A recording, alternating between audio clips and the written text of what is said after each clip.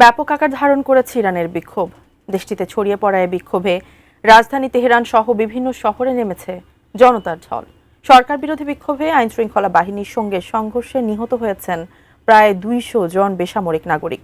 এরই প্রেক্ষিতে বিক্ষোভকারীদের কঠোরভাবে দমন করায় ইরানে হামলার ব্যাপারে গুরুত্বের সঙ্গে ভাবছেন মার্কিন প্রেসিডেন্ট ডোনাল্ড ট্রাম্প। এমন অবস্থায় খবর এলো পরিবারসহ পালিয়েছেন ইরানের পররাষ্ট্রমন্ত্রী আব্বাস আরাকচি। আরও বিস্তারিত জানাচ্ছেন শেখ ফরিদ। ইরানে ভয়াবহ অর্থনৈতিক সংকট থেকে শুরু হওয়া গত ২ সপ্তাহের সরকার বিরোধী বিক্ষোভে আইনশৃঙ্খলা বাহিনীর সঙ্গে সংঘর্ষে নিহত হয়েছেন ১৯২ জনের বেশি। এছাড়া চলমান এই সংঘাতে আহত হয়েছেন আরও হাজার হাজার মানুষ। অন্যদিকে দেশ জুড়ে চলমান বিক্ষোভে এখন পর্যন্ত প্রাণ হারিয়েছেন মোট ১০৯ নিরাপত্তা কর্মী। নোভা এলইডি টিভি, ঝকঝকে ছবি, নিখুঁত শব্দ, ৫ বছরের ওয়ারেন্টি। নোভা মানি সঠিক মান, নিশ্চিত সেবা।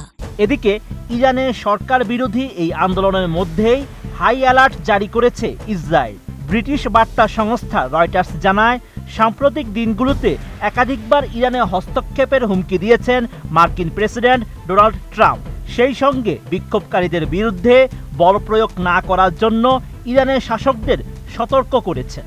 গত ১০ জানুয়ারি ট্রাম্প জানান, যুক্তরাষ্ট্র সব ধরনের সহায়তার জন্য প্রস্তুত।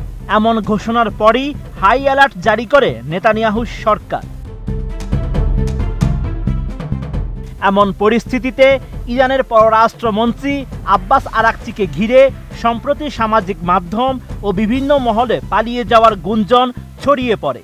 দাবি করা হয় তিনি পরিবারসহ লেবাননে চলে গেছেন এবং এটি ছিল ক্ষমতাসীনদের দেশ ছাড়ার প্রস্তুতির অংশ।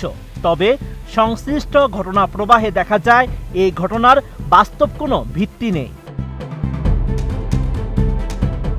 আব্বাস আরাকচি সাম্প্রতিক সময়ে মধ্যপ্রাচ্য সফরের অংশ হিসেবে লেবানন সফর করেন।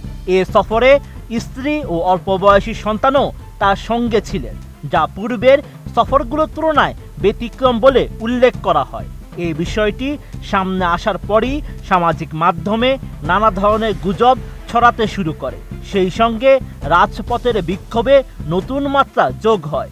বিক্ষোভকারীদের মধ্যে উল্লাস ও উদ্যম ছড়িয়ে পড়ে।